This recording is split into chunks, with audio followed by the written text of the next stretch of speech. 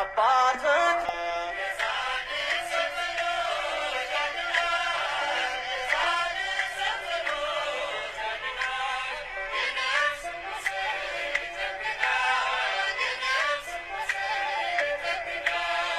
የእግዚአብሔር ወዳጅ ገብረ ክርስቶስ ልመና ጸሎት መድኃኒት ለነፍስ ፍቅርህ አይለየን ቂርቆስ ያደራ ነፍሳችን እንድትድን ከሲኦል መከራ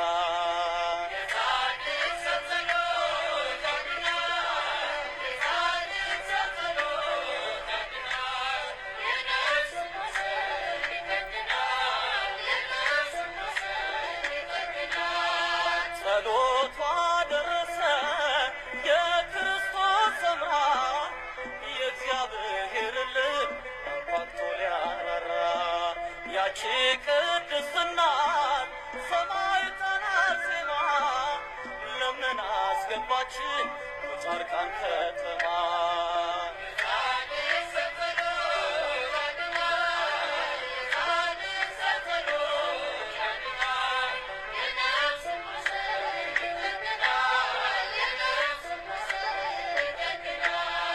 አባ ሀብተ ማርያም የብርሃን አምሳል በጸሎት አትርሳን ወድቀን እንዳንዝል ቅዱሳን ሐዋርያት ነቢያት ሁላችን ዘወትር አይለየን ጸሎት ልመናችሁ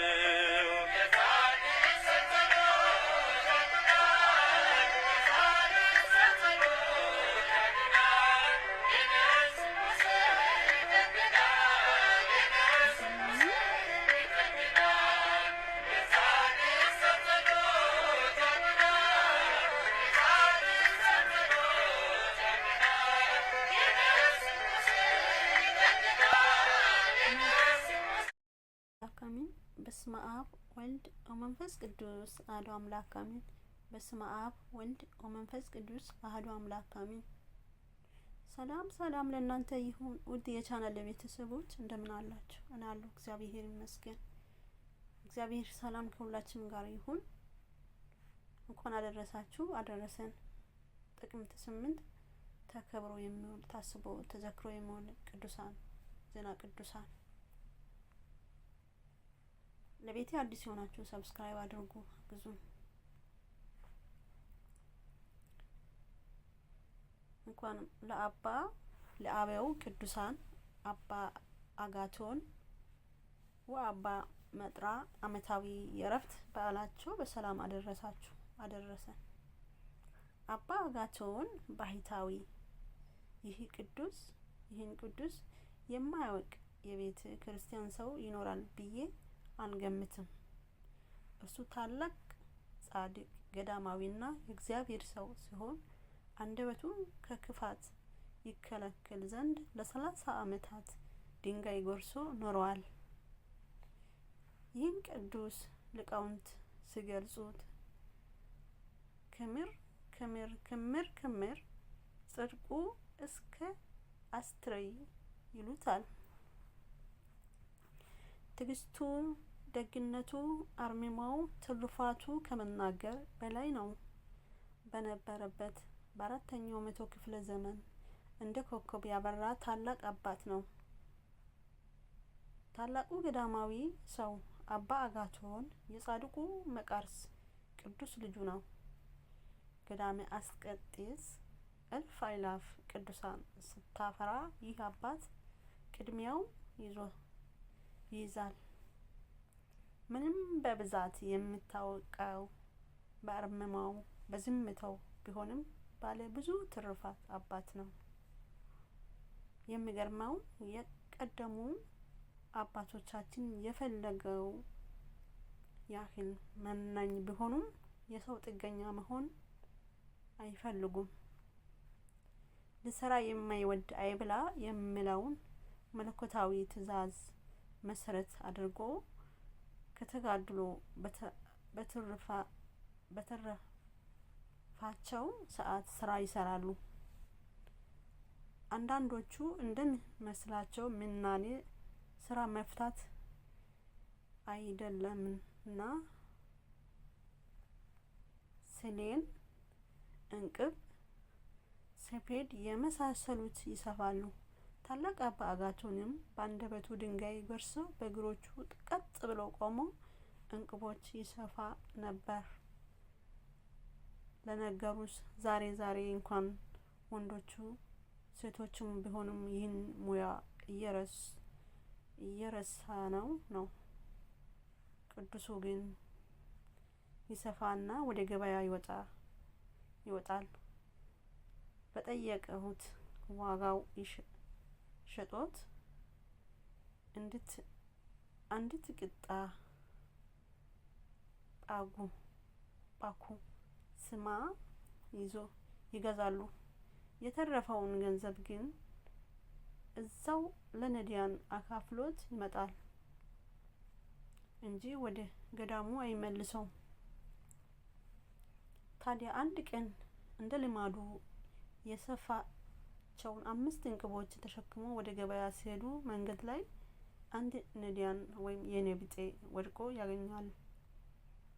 እንደ ደረሰ ስሙ እግዚአብሔር ጠርቶ ይለምነዋል።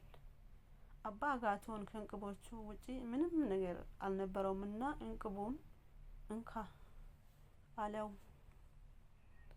ነዳያኑ ግን ወይ የሚበላ ካልሆነ ገንዘብ እንደሚፈልግ ይነግረዋል።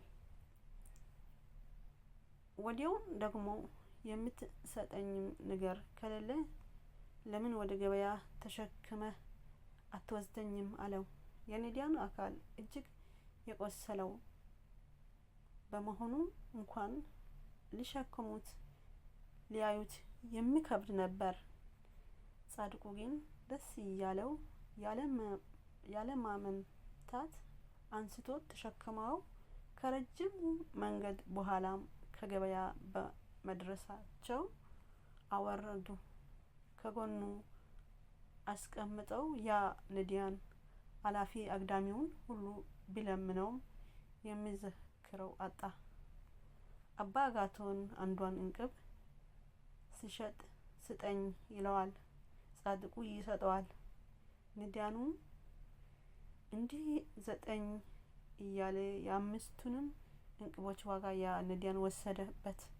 አባ አጋቶን ግን ምንም ቅጣ ባይገዛ በሆነው ነገር አልተከፋምና ልሂድ ስነሳ ነዳያኑ ወደ ቦታዬ ተሸክመ መልሰኝ አለው። አባቶቻችን ትዕግስታቸው ጥግ ወይም ዳር የለውምና ጎንብሶ ብለው በፍቅሩ አንስቶ አዝለው ሄዱ። ካነሳበት ቦታ ላይ ሲደርስ ይወርድለት ዘንድ ጻድቁ ቆሞ ነዳያኑን ግን አልወርድም አለው። መቼም እኛ ቢሆን ብለን እናስበውና ምን እንደምናደርግ ይታወቃል። ጻድቁ ግን ዝም ብሎ ቆመለት። ትንሽ ቆይ ግን ስለለቀቀው ልቀቀው ሊያየው ዞር ብል መሬት ላይ የለም። ቀና ሲል ግን ያየው ነገር ማመን አልቻለም። ደንግጦ በግንባሩ ተደፋ። ነዳያኑ መስሎ እንዲያ ሲፈታተን የነበረው ሊቀ መላእክት ቅዱስ ሚካኤል ነበረ። ክንፎቹን ዘርግቶ በብርሃን ተከቦ በግርማው ታየ። ከወደቀበት አነሳው። ወዳጄ አጋቶን ፍሬ ትዕግስት ደግነት ግሩም ነውና ዘወትር ካንተ ጋር ነኝ ብሎት ተሰወረ። ጻድቁም በደስታ ወደ በዓቱ ሄደ። አባ አጋቶን ተረፈ ዘመኑን በአርምሞ ኖሮ አርፏል። ቅዱስ መጥራ አረጋዊ ቅዱሱ የ3ኛው መቶ ክፍለ ዘመን ክርስቲያን ሲሆን በትውልዱ ግብጻዊ ነው። ከልጅነት እስከ እውቀት ከእውቀት እስከ ሽበት ክርስቶስን እያመለከ ይኖራል። ዘመኑ ክርስቲያን ስለ ሃይማኖታቸው ከባድ ዋጋ ህይወታቸውን የሚከፍሉበት ነበር። በወቅቱ ብርቱ የቤተ ክርስቲያን ጠላቶች ቢበዛ በብርቱ መንፈሳዊ ተዋጊ ክርስቲያኖች ነበሩ። ውጊያውን ተመጣጣኝ ነበር። ዛሬ ደግሞ ሁሉም በዛለበት ዘመን ላይ ተገኝተናል። ቅዱሱ መጥራ ካረጀ በኋላ ነገስታት ክርስቶስን ካዱ እያሉ መጡ። ቅዱስ ወሬውን ሲሰማ እጅጉ ተገረመ። ምክንያቱም መድኃኒት ዓለም መካድ ፈጽሞ የሚታሰብ ነገር አይደለምና። ቅዱስ አረጋዊ ስለ ሁለት ነገር ሰማዕትነት ፈለገ። አንደኛ በክርስቶስ ስም መሞት ክብርን ያስገኛል፣ ከዚሁም ለመሳተፍ ነው። ሁለተኛው ግን ለወጣቶቹ አብነት ምሳሌ ለመሆን ነበር። መልካም መካሪ ባለበት ዘመን ዘንድ ብዙ ፍሬዎች አይጠፉምና። ቅዱስ መጥራ እንዳሰበው ወደ መኮንኑ ሄዶ በአሕዛብ ፊት ክርስቶስን ሰበከ። ስለዚህም ፈንታም ብዙ አሰቃይቶ በዚህ ቀን ከተከታዮቹ ጋር ገድሎታል።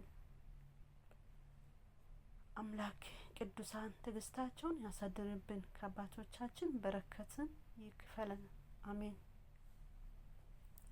ጥቅምት 8 የሚከበሩ ዓመታዊ የቅዱሳን በዓላት፦ አባ አጋቶን ባይታዊ፣ ቅዱስ መጥራ አረጋዊ ሰማዕት፣ ቅዱስ ሶስና ልጆቿ ሰማዕት፣ አባ ሆሬ፣ ቅድስት በልጊያ ሰማዕት። ወርሃዊ በዓላት፦ ቅዱስ ሙሴ ሊቀ ነቢያት፣ ኪሩቤል አርባዕቱ እንስሳት፣ አባ ቢሶይ ወይም ቢሾይ፣ አቡነ ኪሮስ፣ አባ ሳሙኤል ዘደብረ ቀሊሞን፣ ቅዱስ ማቲያስ ሐዋርያ ከ12 ሐዋርያት። ጸሎቴ በፊት እንደ ዕጣን ተቀበለልኝ፣ እጅ መንሳቴ እንደ ሰርክ መስዋዕት ይሁን። አቤቱ ለአፌ ጠባቂ አኑር፣ የከንፈሮችን መዝጊያ ጠብቅ። ልቤ ወደ ክፋ ነገር አትመልሰው፣ ለኃጢአት ምክንያት እንዳልሰጥ ከምርጦቻቸው ጋር አልተባበር። ጻድቅ በምህረት ይገስጸኝ ይዘልፈኝም። መዝሙረ ዳዊት 140 ከቁጥር 2። ወስብሐት ለእግዚአብሔር ወለወላዲቱ ድንግል ወለመስቀሉ ክብር። ቅዱሳን ረድኤት በረከት ይደርብን፣ እኛም በጸሎቱ ይማረን፣ አሜን አሜን።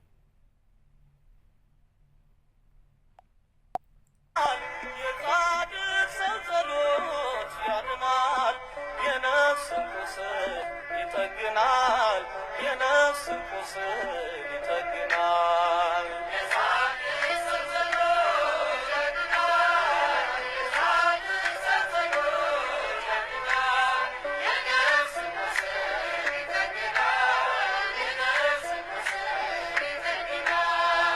የፍቅር እመቤት ቤዛዊተ ኩሉ ለልጅሽ አሳስቢ በደላችን ሁሉ። ስለ ቃል ኪዳኑ የቃሉ መሃላ ልመናሽን ሰምቶ አይለንም ችላ።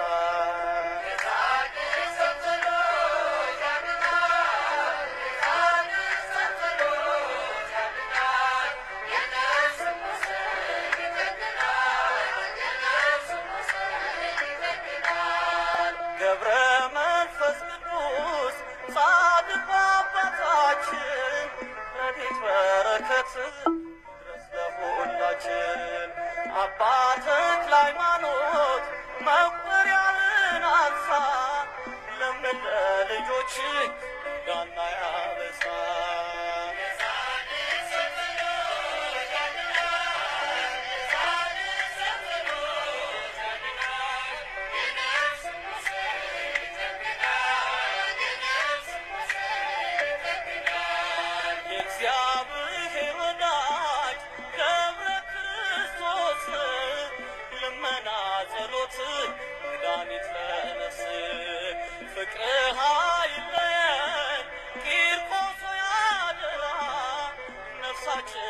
እንድትድን ከሲኦል መከራ